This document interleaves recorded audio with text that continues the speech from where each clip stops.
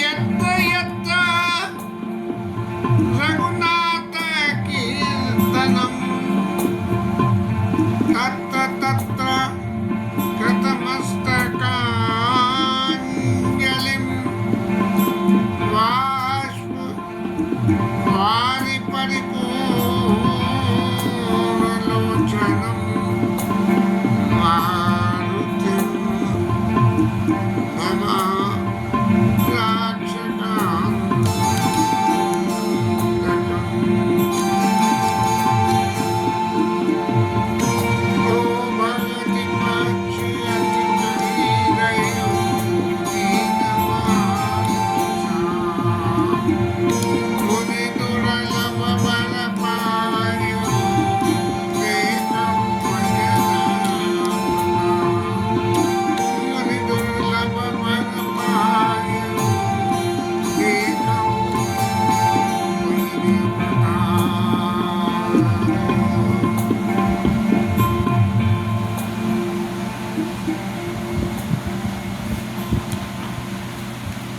भुसुंडी महाराज ने भुसुंडी शरीर मिलने की सारी कथा गरुड़ जी को सुनाई और सुना के उसका नतीजा क्या निकाला।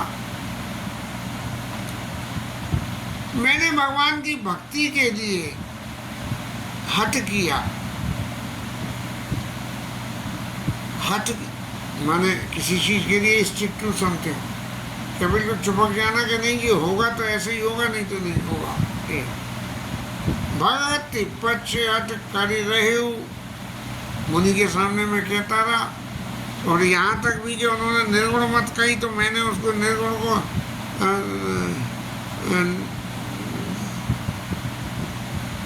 निर्गुण मत का खंडन करके मैंने सगुण के फर्क को लोमश ऋषि को समझाया। नतीजा क्या हुआ कि लोमश ऋषि ने शाप दे दिया। लेकिन जब समय अनुकूल होता है तो वो शाप भी वरदान में बन गया।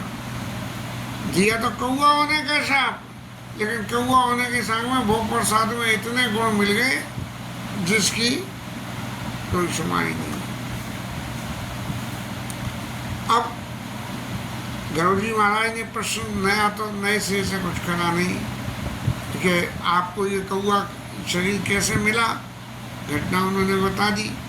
और प्रभु तब आश्रम आए मोर मोह ब्रह्मा नाथ सब कहू सहित कारण कवन सुनाथ सब कहू सहित अनुराग अनुराग के साथ उन्होंने बता दी कि भैया ऋषि ने जो आशीर्वाद दिया।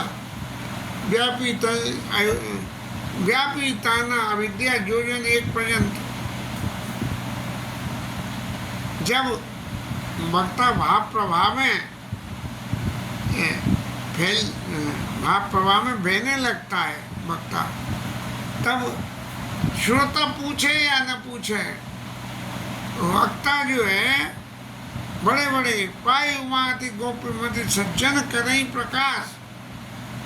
सज्जन लोग जो है चाहे कितनी कोई गुप्त चीज हो, लेकिन यदि सज्जन पुरुष यदि भगवान का भक्त कोई मिल जाए तो सज्जन पुरुष गोप्य से गोप्य बात को भी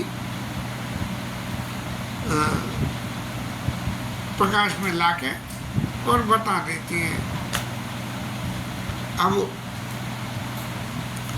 कथा में प्रेमभूषण महाराज एक दिन कथा सुना रहे थे। अब कहना तो चाहिए कि वो आत्मकथा थी, लेकिन कथा से उसका जोड़ क्या था कि भगवान की कथा भगवान की कृपा के बिना नहीं हो सकती है।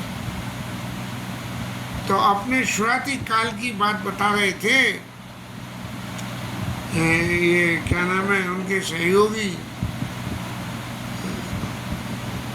कौन से बिहारी जी, वो उनसे कहिए चलो कथा शुरुआत करेंगे।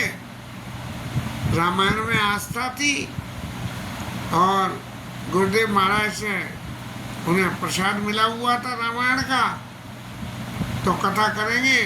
और कथा शुरू कैसे हो कि सब काम को तो जो है सबसे पहले पैसे की ज़रूरत हो, तो बोले ऐसा करो कि एक हारमोनियम बजाने वाले का इंतजाम कर लो और तबला आप बजा देना और कथा हम कहेंगे। अब प्रश्न हुआ कि हमारी तो कोई बात नहीं, हम तो जैसे भी हैं सो हैं ही हैं, लेकिन आप लोगों को गुजारे के लिए कुछ चाहिएगा तो जो कथा में जो चढ़ावा आवे वो आप सब ले लेना, मुझे कुछ मत देना। महाराज कथा हो गई 9 दिन पूरी, और नतीजा क्या हुआ कि कथा 9 दिन पूरी हो गई, चढ़ावा कुछ आया ही नहीं। अब महाराज जो है क्या तो जो है अपने तबला वादक को और क्या हारमोनियम वादक को दे, लेकिन भगवत कृपा हुई तो वो कथा बढ़ते बढ़ते आज जो स्वरूप है वो सामने आ गया।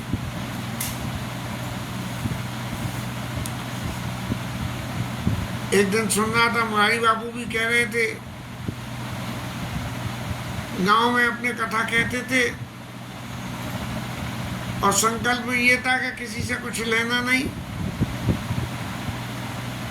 भगवान की कथा भगवान को सुनाना, शायद एक आध कोई श्रोता मिल जाता होगा, ऐसा खुद भी कह रहे थे। फिर कुछ दिन बाद कुछ थोड़े से और मिलने लगे।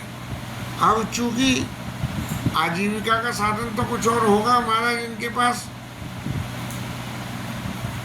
तो उन्होंने कथा में ठाकुर जी ने परीक्षा लेने के लिए ऐसी स्थिति पैदा कर दी कि शायद आजीविका के लिए कुछ भी साधन हो वो साधन खत्म हो गया। बापू बताते हैं कि होता क्या था कि कथा करी और कथा करने में कथा समाप्ति के दिन, पहले तो होता यही था, कथा समाप्ति के दिन जो है आरती हुई और कुछ चढ़ावा आ गया। अब तो कदम कदम पे जो है विशिष्ट वक्ताओं की तो बात दूसरी है, नहीं जो प्रोफेशनली वक्ता हैं उनके तो कदम कदम पे मृदुल जी महाराज ने कर दिया है कि सुदामा को बनाओ और उनकी नौछावर होए, और लाला का ब्याह हो तो रुक्मणी मंगल की नौछावर हो, ऐसा जो है तो बापू बता रहे थे कि वो मौका आ गया जब एक दिन श्रोताओं से मैंने कही कि देखो कथा समाप्ति के बाद आप दक्षिणा जो कुछ भी दोगे, क्योंकि कथा यदि सुनते हैं तो सुनने के बाद दक्षिणा देने का नियम बना हुआ है। बोले मुझे मालूम है कि ज़्यादा से ज़्यादा आप 100 रुपया दोगे, सब लोग मिलकर जो भी चढ़ावा करोगे। अब जो भी कुछ होता होगा उस जमाने में तो 100 रुपया बहुत होते होंगे, तो आप ऐसा करो वो दक्षिणा आज ही पहले दे दो।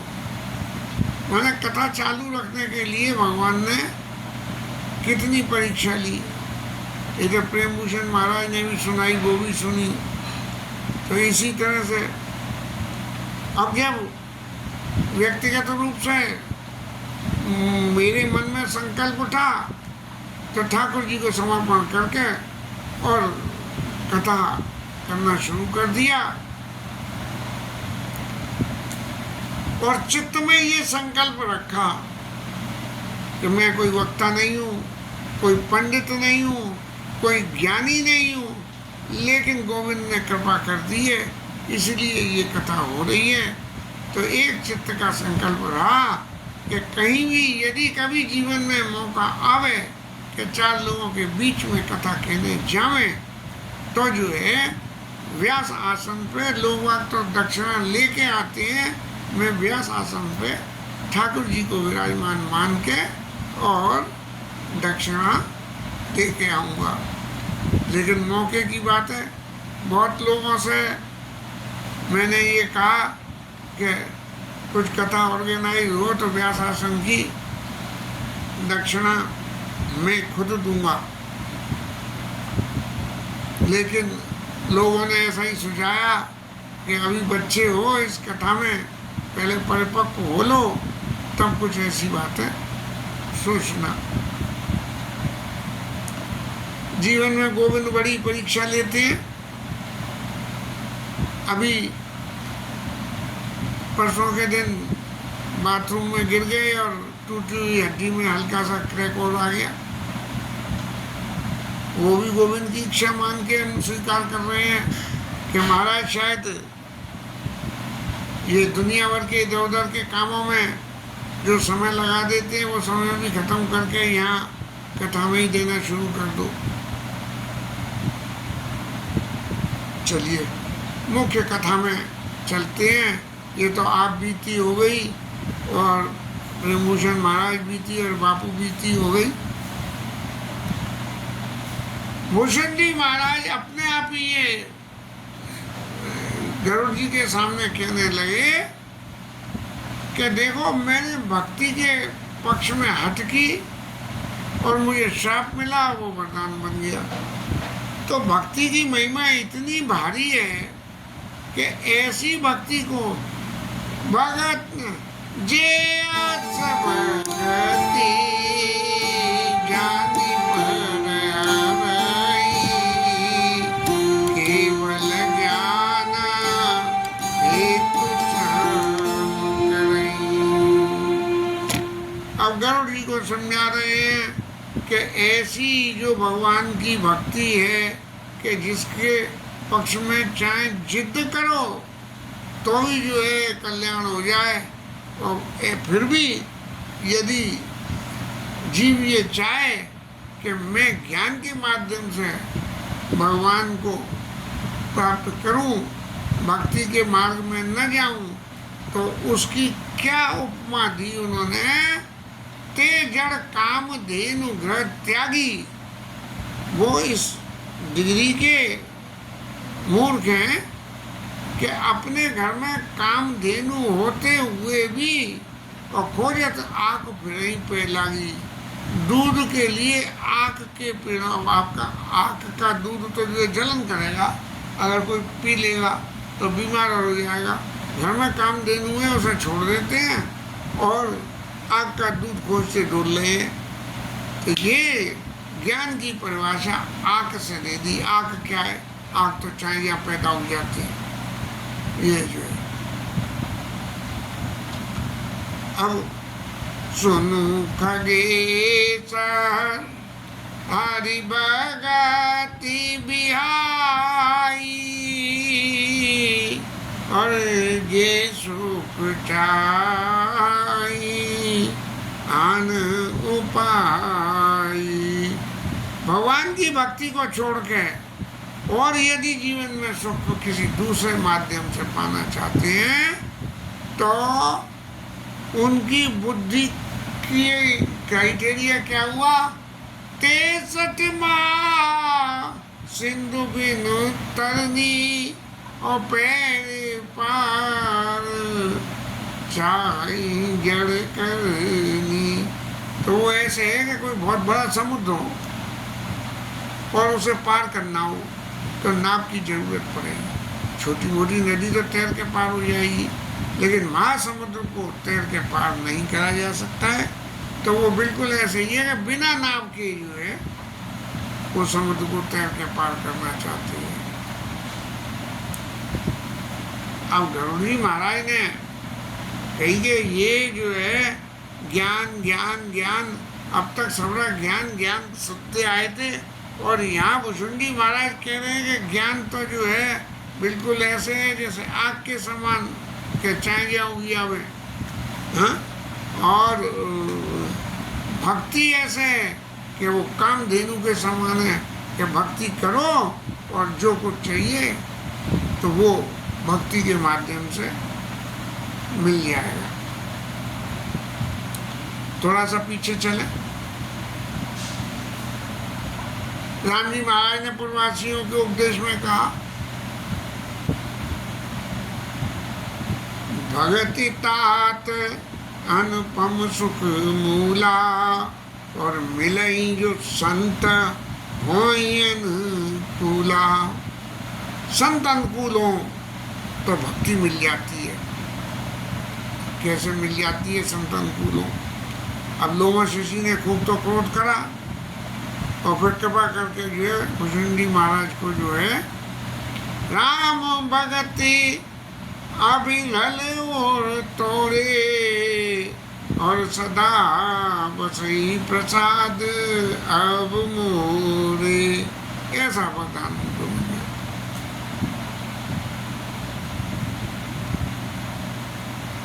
गरुड़ जी कहने लगे कि महाराज आप ज्ञान और भक्ति की जो बातें कह रहे हो इसके बारे में मेरे चित्त में मोह तो कुछ नहीं है, लेकिन मैं फिर भी कुछ और आपसे पूछना चाहता हूँ। क्या है भाई? आप कह रहे हो कि ज्ञानी और भक्ति, तो ज्ञानी भक्ति में भक्ति सही है और ज्ञान सही नहीं है, तो मैं इस बात को मान रहा हूँ। और आपकी कृपा से जब मैंने भगवान के गुणों को सुन लिया तो मुझे बहुत विश्राम मिल गया। अब मोह और जो कुछ था वो तो खत्म हो गया, लेकिन फिर भी प्रभु एक बात और रह गई। एक बात पूछो प्रभु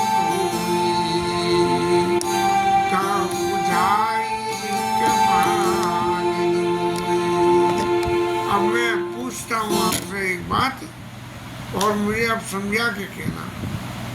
मोह नहीं है, कोई हट नहीं है, लेकिन फिर भी चित्त में संशय भी नहीं है, लेकिन फिर भी एक बात मैं पूछना चाहता हूँ कि क्या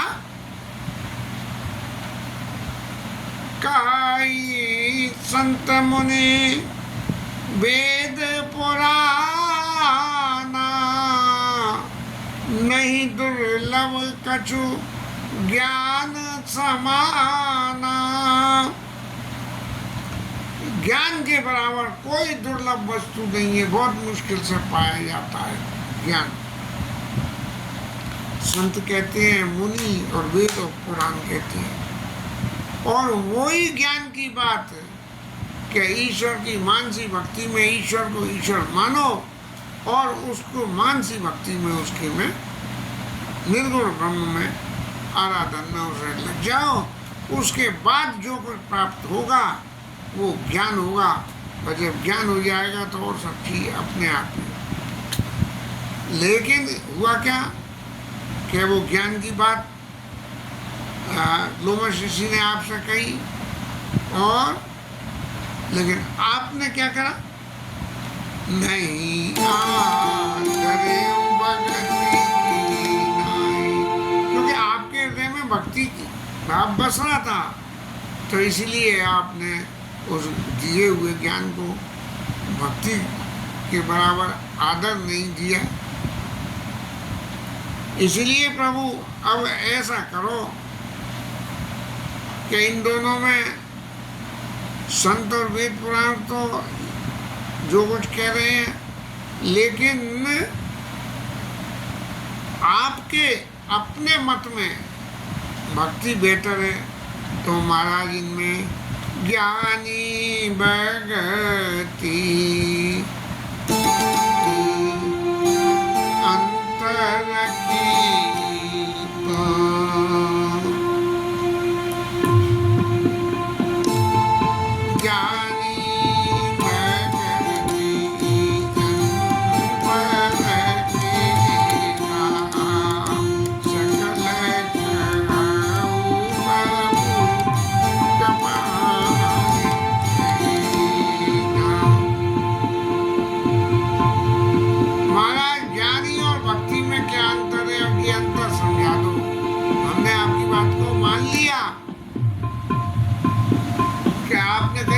श्रेष्ठ है तो भक्ति श्रेष्ठ है, लेकिन अब अंतर बता दो।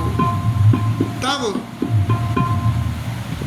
भुजंडी महाराज कह रहे हैं कि दोनों में महाराज आप पूछ रहे हो ना अंतर, तो अंतर कुछ नहीं है। ज्ञान के माध्यम से जो चीज पाई जा सकती है कोई चीज भक्ति के माध्यम से भी पाई जा सकती है, इसमें कोई संशय नहीं है। लेकिन फिर भी जिन मुनि लोगों ने भगवान की भक्ति करी है, उन्होंने ये रिसर्च करी, क्या रिसर्च करी कि नाथ मुनि कहीं कछु अंतर, सावधान सो सुनो व्यंग वर। महाराज बड़े सावधान होकर जो अंतर बताया गया मुनि लोगों ने, साधकों ने और लोगों ने, वेद पुराणों ने जो कुछ कहा, लेकिन मुनि लोगों ने कुछ एक्सप्लेनेशन दिया इस अंतर का। और वो क्या दिया? ज्ञान विराग जोग विज्ञान, ये सब पुरुष सुनो हरि ज्ञान। ज्ञान और वैराग्य जो है ये पुरुष के बराबर माने गए। ये तो नहीं कछु दुर्लभ ज्ञान समाना, तो ज्ञान के बराबर इनको पुरुष मान लिया गया। और पुरुष का प्रताप प्रबल होता है, मजबूत होता है। और अबल सहज जड़ जाति और नारी जाति जो है वो सहज में ही अबल होती है पुरुष के मुकाबले कंपैरेटिव स्थिति में। ये मुनि लोगों ने ये फाइंडिंग निकाली कि भाई ज्ञान तो पुरुष है और भक्ति जो है स्त्री है। ये जो दोनों मिलके और आपको भगवान के पास में ले जाते हैं। लेकिन एक चीज आई, नहीं कछु दुर्लभ ज्ञान समाना, जो आपने कही गरुड़ जी कि नहीं कछु दुर्लभ ज्ञान समाना, तो वो जो दुर्लभता वाली बात है उसके गुण क्या है उस दुर्लभता का? कि पुरुष त्यागी सक नारी ही। पुरुष जो है स्त्री का त्याग कर सकता है, वो कौन कर सकता है? जो विरक्ति मति धीर, जिसकी मति में वैराग्य हो और स्थिरता हो। ये नहीं कि उन्होंने कही ये घर में धमका के कि अच्छा हमारी बात नहीं मान रहे तो गए बाबा जी होने चले गए और कुछ दिन बाद फिर लौट के आ गए। जो विरक्ति मत धीर न तो कामी विषयावस विमुख।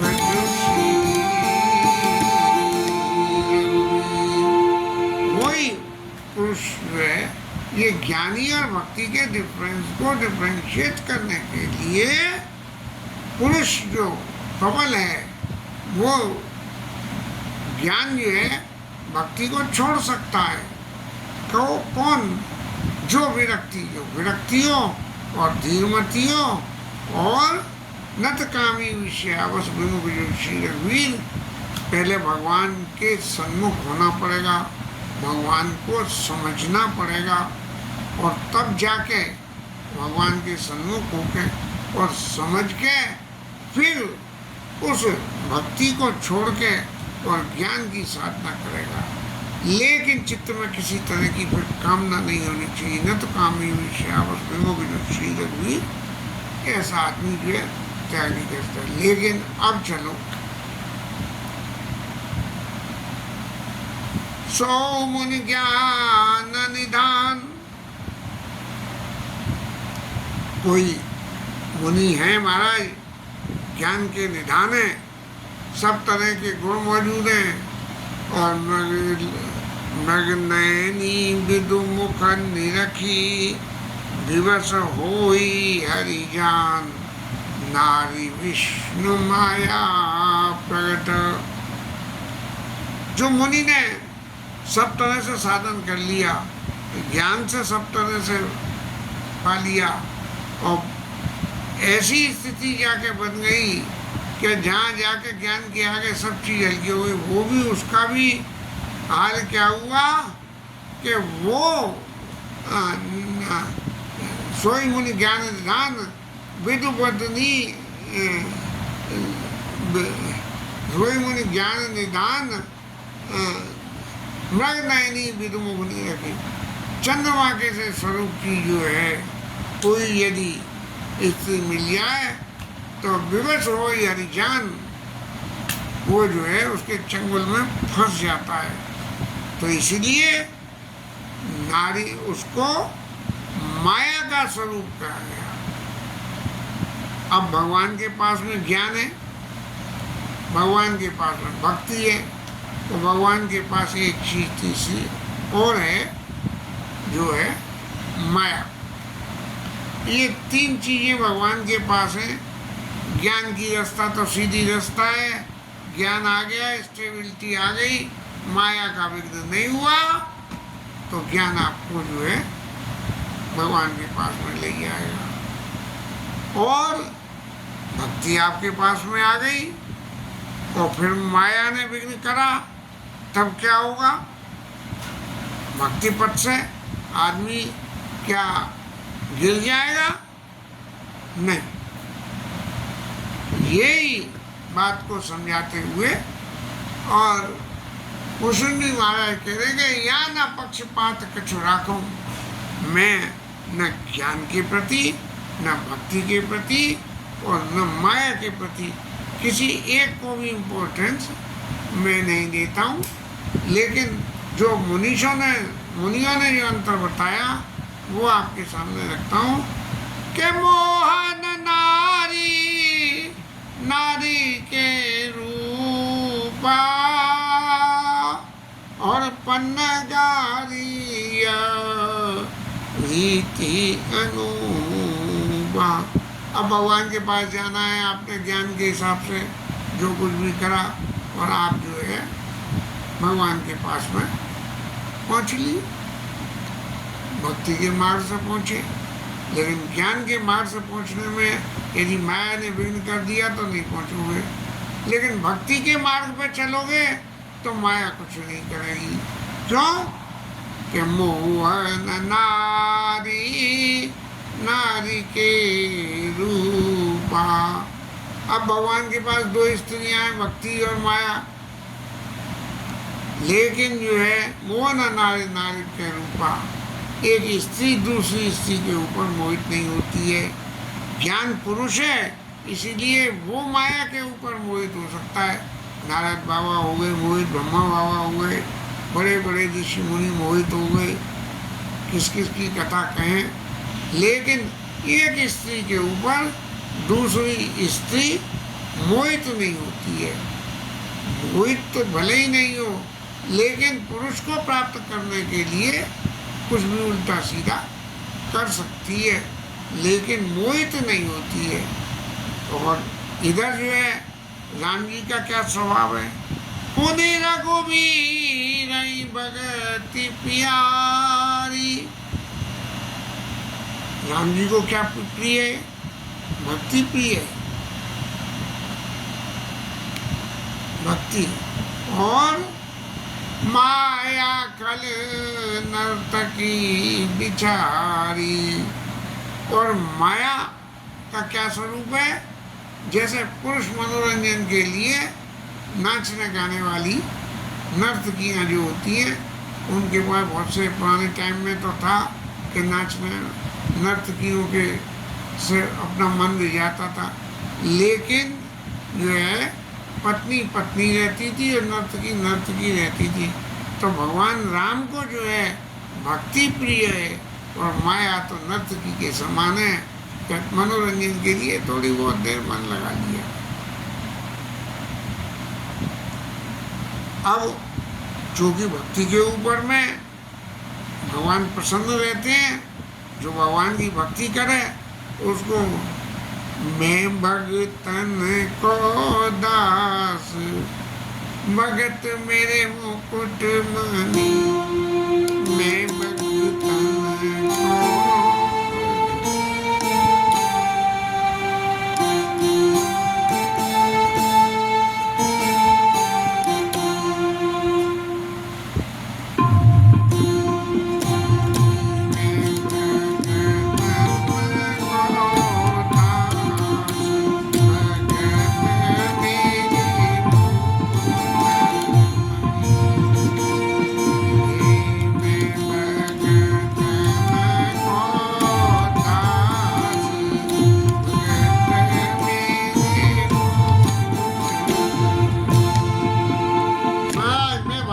दास हूँ, माया का दास है, माया मेरी दास है। भक्ति मेरी अर्धांगिनी और माया मेरी दासी। इसलिए माया हमेशा भक्ति से डरती है। तो जहाँ भक्ति आ जाएगी वहाँ फिर माया नहीं आवेगी। बड़े बड़े ऋषि मुनियों के संग में हुआ। अब सुतीक्षण महाराज को तो इतनी भगवान की भक्ति में रमे हुए थे कि उन्होंने, भगवान ने खुद ने आके उन्हें जगाया तो न जगे। और भगवान ने जब अपना चतुर्भुज स्वरूप के दर्शन कराए, भक्ति स्वरूप तो भगवान का राम अवतार हुआ, और चतुर्भुज स्वरूप के दर्शन कराए, तब महाराज जो है सुतीक्षण महाराज जगे। तो भक्ति सानुकूल लग रहा ताते तेई डरपत अति माया, और तेई बिलो की माया सब छाई, कर न सकई कछु निज प्रभुताई। असविचार है, ऐसा विचार करके जो ज्ञानी से भी ऊपर विज्ञानी व्यक्ति हैं, जा चढ़ी भगति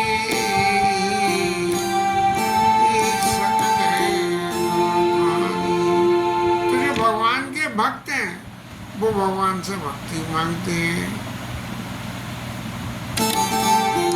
वो क्या है? भगत प्रणत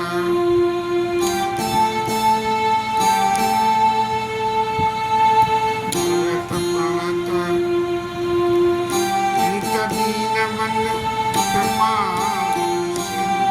भगवान, सोई निज भगति मोहि प्रभु देव दया करे राम। तो जो है जो भगवान कहते हैं कि वर मांग लो, वर मांग लो, मनुष्यत्व भाषा कही वर मांगो लो। मनुष्यत्व ने क्या कही? जे निज भगत नाथ जग आई, और जो सुख पावई जो गति लहाई।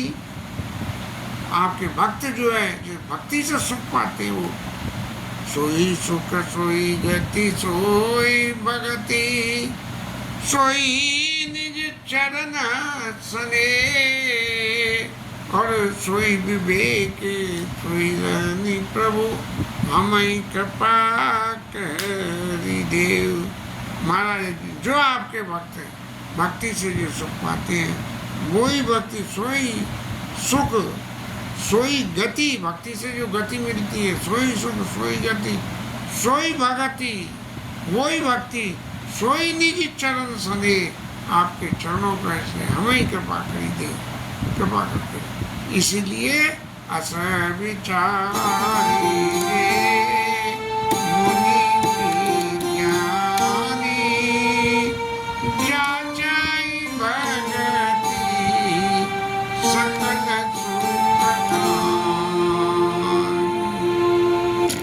सारे सुख की खान भगवान की भक्ति को याचना करते हैं कि महाराज अपनी भक्ति दो। उन्होंने निज पर भगति दे प्रभु पुण्य दूसरे।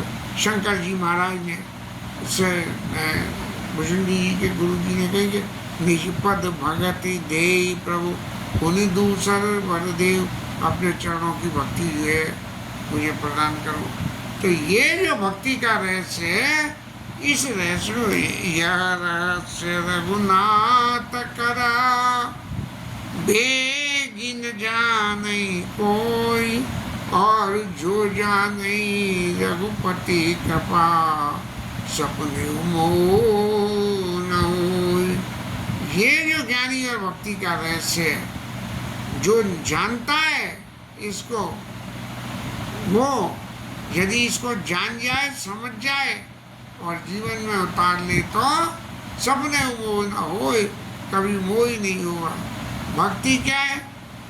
भगवान अपने भगत के वश में, भगत जैसा जैसा नचावे वैसा ही वैसा नाच लेते हैं भगवान। तो इसलिए उस भगवान की उस लीला के बारे में शक ही नहीं, मोह होगा ही नहीं कि क्या ये बात सही है, क्या ऐसा हो सकता है। मनु शत्रुपा के प्रसंग में यही तो हुआ कि महाराज मैं चाहता तो बहुत कुछ हूँ, लेकिन आपके दर्शन से सब वासना मन में से मेरे चली गई। अब तो एक ही बात रह गई, ठीक है, चाहूं तुम्हें समान सुत, आपके समान पुत्र चाहता हूँ, प्रभु संत कमन दुराऊ, और पुत्र के संग में महाराज एक अलंकार और जोड़ के चाहिएगा। सुत विषय का तब पदरती हो, और मोई बर मूड कहे जन को। महाराज आप भले ही मेरे पुत्र बन के आओ, आपके बेटे के चरणों में मेरी रखती हो। बस ये जो भक्ति का क्लोज है, ये इम्पोर्टेंट है। रघुनाथ कर बेग न जाने कोई भी नहीं जानता है महाराज। तो महाराज भुसुंडी जी आप कैसे जानते हो? बोले मैं तो ऐसे जानता हूँ कि मुझे तो वरदान में मिली है, जो जान रघुपति कृपा सपने मोह। एक तो ज्ञान ये रहा कि माया खल नर्तकी है और भक्ति भगवान को प्यारी है, और ज्ञान के मामले में माया दखल कर सकती है, भक्ति के मामले में माया दखल नहीं कर सकती है। इसलिए भक्ति को मैंने प्राथमिकता दी, और मैंने यही लोगों से मांगा कि मैं सोई उपदेश करो गाया नहीं नैनन देखो न बुलाया। अपने नेत्रों से मैं राम जी के दर्शन करूं, उनके चरण दर्शन। अभी भेद तो और रह गया ज्ञानी और भक्ति का।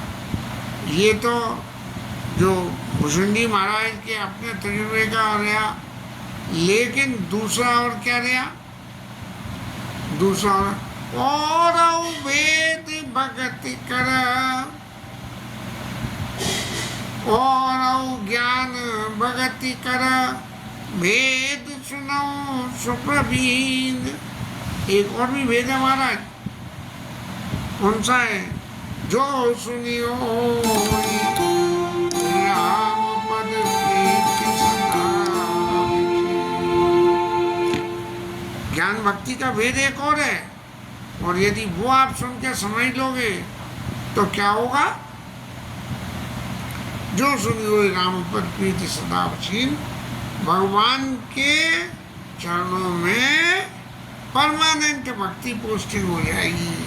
भगवान के चरणों में आपको परमानेंट भक्ति पोस्टिंग मिल जाएगी। और ये प्रसंग तो भी बहुत लंबा चलेगा, आज तो कोई भावना में ज़्यादा ही बह गए। हरि नाम कीर्तन।